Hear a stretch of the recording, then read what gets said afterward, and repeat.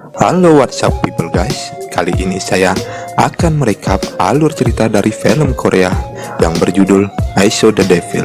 Bagaimana? Your wifi tetangga is aman atau tidak? Ya, itu urusan kalian.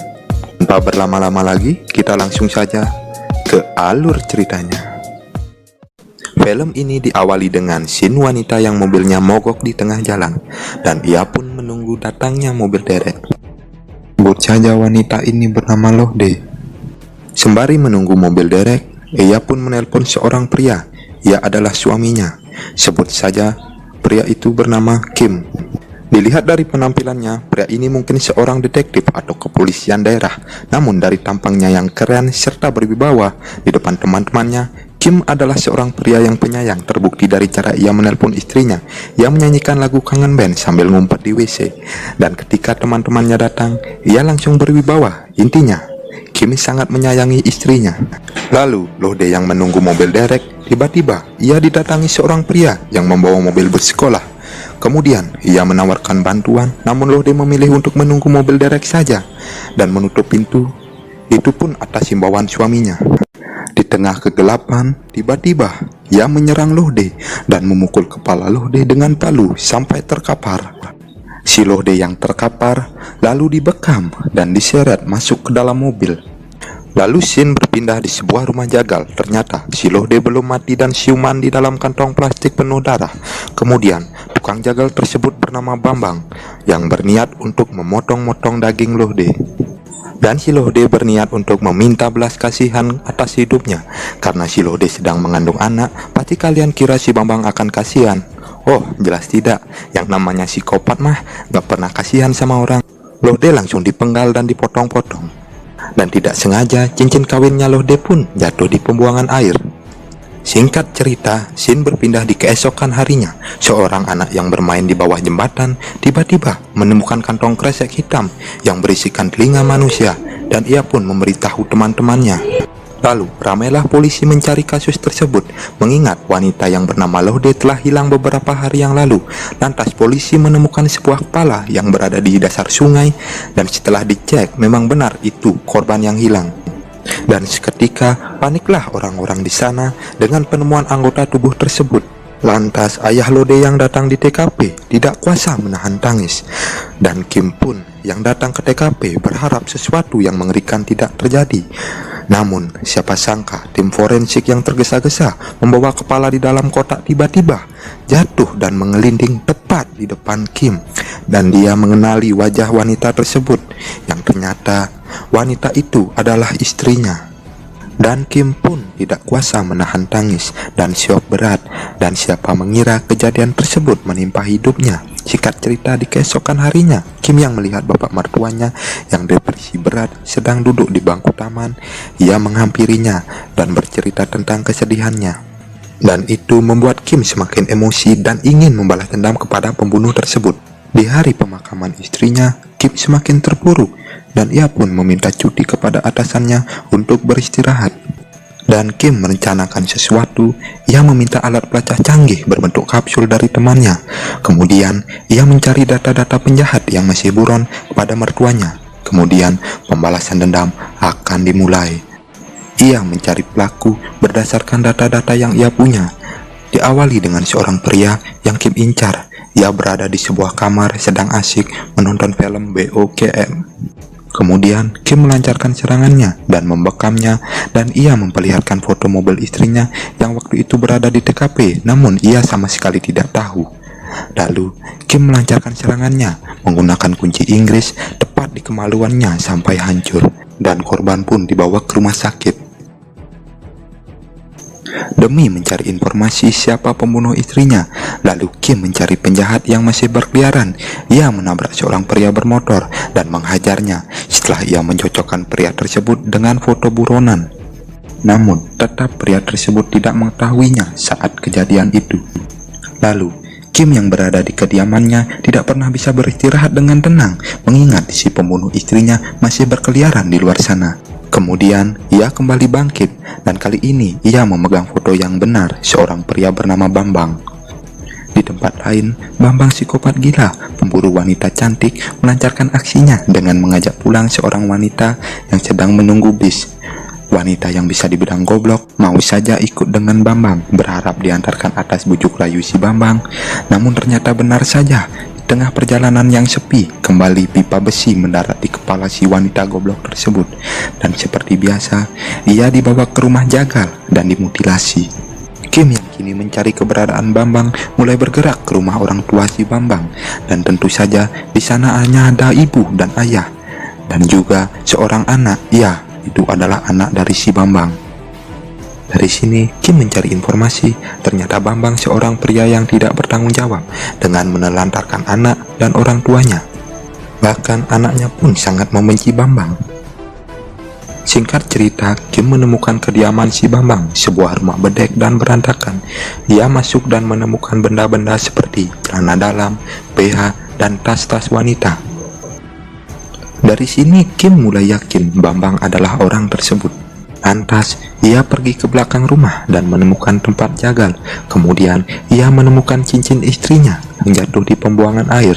Dan tuntaslah sudah, Bambanglah target Kim, orang yang bertanggung jawab atas segala-galanya. Kemudian, di sebuah perkebunan, Bambang melancarkan aksinya. Ia ingin mengecerotkan si wanita tersebut. Untung saja, Kim menemukan keberadaan si Bambang. Ia membergoki Bambang yang sedang enak-enakan. Lantas mereka pun bertarung dengan sengit di tempat itu. Kim yang seorang detektif mampu bertarung dengan baik ketimbang psikopat gila itu. Kemudian Kim yang ingin membunuh si Bambang. Anjing motor lewat tai. Oke, lanjut. Dan ia pun memasukkan pelacak ke dalam mulut si Bambang yang sedang pingsan. Dan ia pun mematahkan tangannya dan melepaskan si Bambang dan juga sebungkus uang cash. Dan di sini saya bingung, lah kok malah dikasih duit? Tenang-tenang, nanti juga kalian tahu. Dan Bambang pun bingung, sampai-sampai ia dikasih uang juga. Dengan tangan dan muka bonyok, ia berjalan dan menumpang sebuah taksi yang kebetulan melintas. Dan ternyata di dalam taksi tersebut ada seseorang yang membawa pisau. Dan saya berharap si Bambang dibegal. Namun ternyata psikopat adalah makhluk yang sangat kuat. Ia berhasil mengalahkan 2 orang yang ada di mobil itu dengan pisau kecil. Kim terus memantau keberadaan si Bambang dengan alat pelacaknya. Ternyata Kim menyadari bahwa Bambang telah menghabisi 2 orang di dalam taksi tersebut. Sungguh gak ada akhlak orang ini. Dan itu membuat Kim muak dan emosi.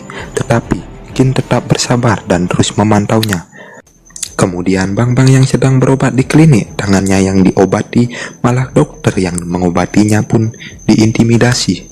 Dan ia melihat suster cantik, ia pun tertarik dengan suster tersebut dan menggodanya. Emang gak ada kapoknya nih psikopat anjing.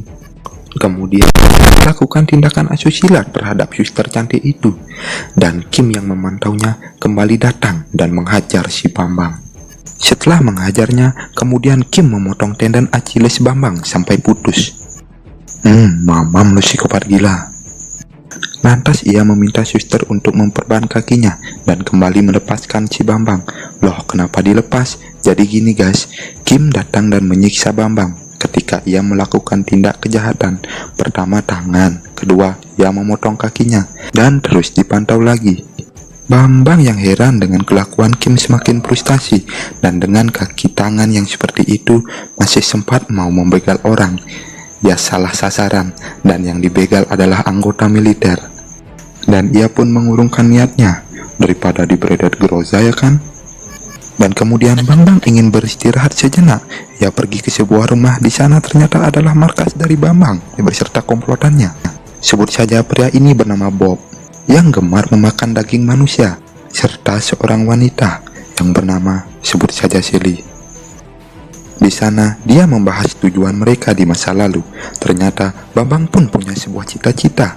Psikopat pun punya cita-cita ya, masuk akal. Dan ia pun melamun, kenapa setiap orang membenci dirinya?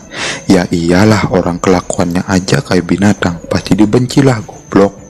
Terbukti sebuah percakapannya dengan setiap korban yang ia bunuh, ia selalu bertanya kepada wanita yang ketakutan, "Kenapa kau menatapku seperti orang yang membenciku?" Di sini terjawablah sudah, kenapa Bambang selalu memutilasi korbannya. Ya, dagingnya disimpan di rumah itu untuk makanan yang bernama Bob tersebut. Singkat cerita, percakapan mereka pun didengar oleh Kim melalui alat pelacak itu. Lantas Kim datang menyerang rumah tersebut seorang diri dengan keahlian seorang detektif. Kim melumpuhkan semua psikopat yang ada di rumah itu dan memanggil polisi, namun tidak dengan si Bambang. Ia kembali membawanya dan melepaskan Bambang yang telah dihajar habis-habisan tentunya. Kemudian ia sedikit menyadari ia telah dibuntuti dan disadap. Kemudian ia menyadari ada sesuatu di dalam perutnya dan pergi ke apotek guna mencari obat BAB, dan ia pun mengeluarkan pelacak tersebut dari perutnya dan menantang Kim bahwasannya ia telah bermain dengan orang yang salah dan Kim akan menyesal. Ia berencana membunuh semua keluarga Kim yang tersisa. Kemudian ia akan menyerahkan diri kepada polisi. Kim yang tidak terima dengan hal itu terus mencari keberadaan Bambang. Namun dengan alat pelacak yang sudah dimuntahkan, ya ia kesulitan mencari Bambang. Dan benar saja, Bambang membantai keluarga Kim yang tersisa dari mertuanya dan kakak iparnya.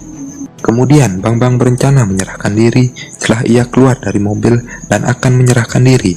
Bambang sudah bersumpah bahwasannya Kim tidak akan bisa mengalahkannya, dan ia menyesal tidak membunuhnya di waktu itu. Dan kemudian Kim berhasil menangkap si Bambang dan membawanya pergi ke sebuah rumah jagal milik Bambang.